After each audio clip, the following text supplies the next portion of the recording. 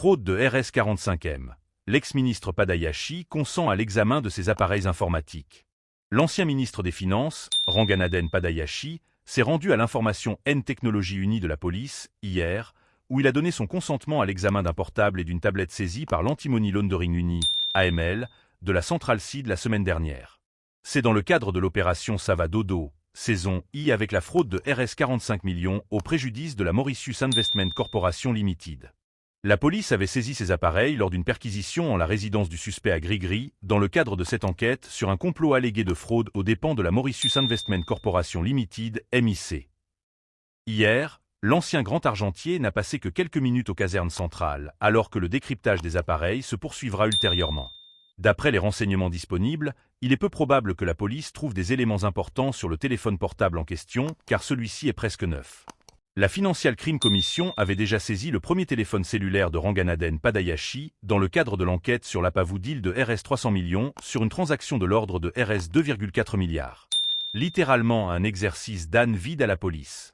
L'AML Uni espère boucler cette enquête au plus vite, ayant déjà enregistré la version des faits de tous les protagonistes impliqués.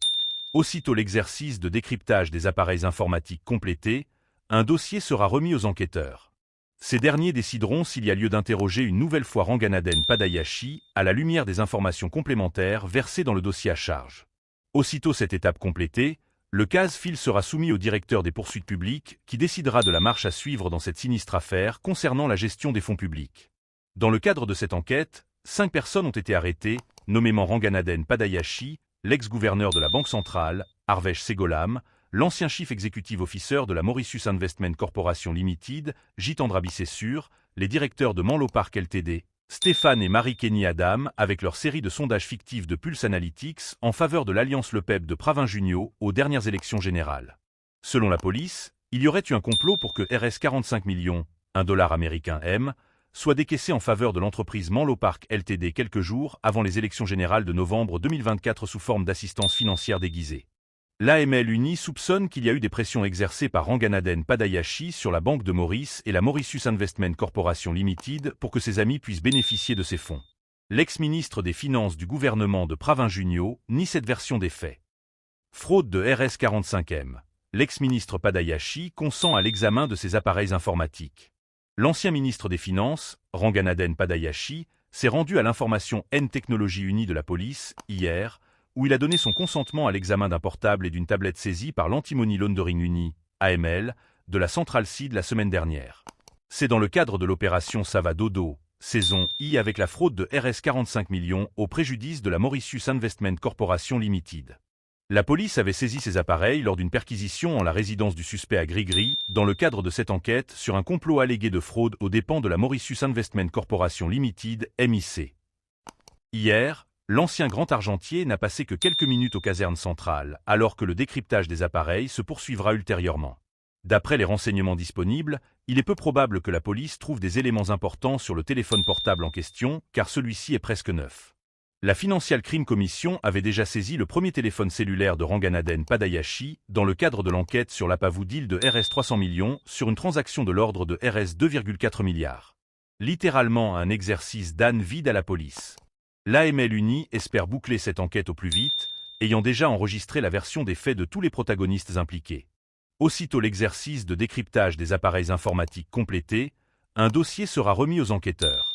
Ces derniers décideront s'il y a lieu d'interroger une nouvelle fois Ranganathan Padayachi à la lumière des informations complémentaires versées dans le dossier à charge. Aussitôt cette étape complétée, le cas-fil sera soumis au directeur des poursuites publiques qui décidera de la marche à suivre dans cette sinistre affaire concernant la gestion des fonds publics. Dans le cadre de cette enquête, 5 personnes ont été arrêtées, nommément Ranganathan Padayachi, l'ex-gouverneur de la Banque centrale, Harvesh Segolam, l'ancien chief executive officer de la Mauritius Investment Corporation Limited, Jitendra Bissessur, les directeurs de Menlo Park Ltd, Stéphane et Marie-Kenny Adam avec leur série de sondages fictifs de Pulse Analytics en faveur de l'alliance Le Pep de Pravin Junio aux dernières élections générales. Selon la police, il y aurait eu un complot pour que RS 45 millions, $1 américain M, soit décaissé en faveur de l'entreprise Menlo Park Ltd quelques jours avant les élections générales de novembre 2024 sous forme d'assistance financière déguisée.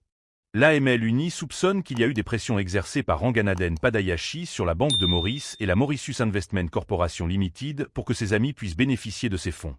L'ex-ministre des Finances du gouvernement de Pravin Junio nie cette version des faits. Fraude de RS45M.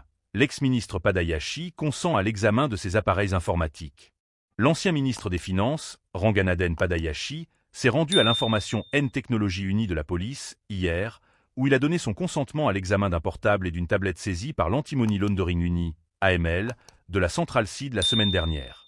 C'est dans le cadre de l'opération Sava Dodo, saison I avec la fraude de RS 45 millions au préjudice de la Mauritius Investment Corporation Limited. La police avait saisi ces appareils lors d'une perquisition en la résidence du suspect à Grigri, dans le cadre de cette enquête sur un complot allégué de fraude aux dépens de la Mauritius Investment Corporation Limited, MIC. Hier, l'ancien grand argentier n'a passé que quelques minutes aux casernes centrales, alors que le décryptage des appareils se poursuivra ultérieurement. D'après les renseignements disponibles, il est peu probable que la police trouve des éléments importants sur le téléphone portable en question, car celui-ci est presque neuf. La Financial Crime Commission avait déjà saisi le premier téléphone cellulaire de Ranganaden Padayashi dans le cadre de l'enquête sur l'Apavu deal de RS 300 millions sur une transaction de l'ordre de RS 2,4 milliards. Littéralement un exercice d'âne vide à la police.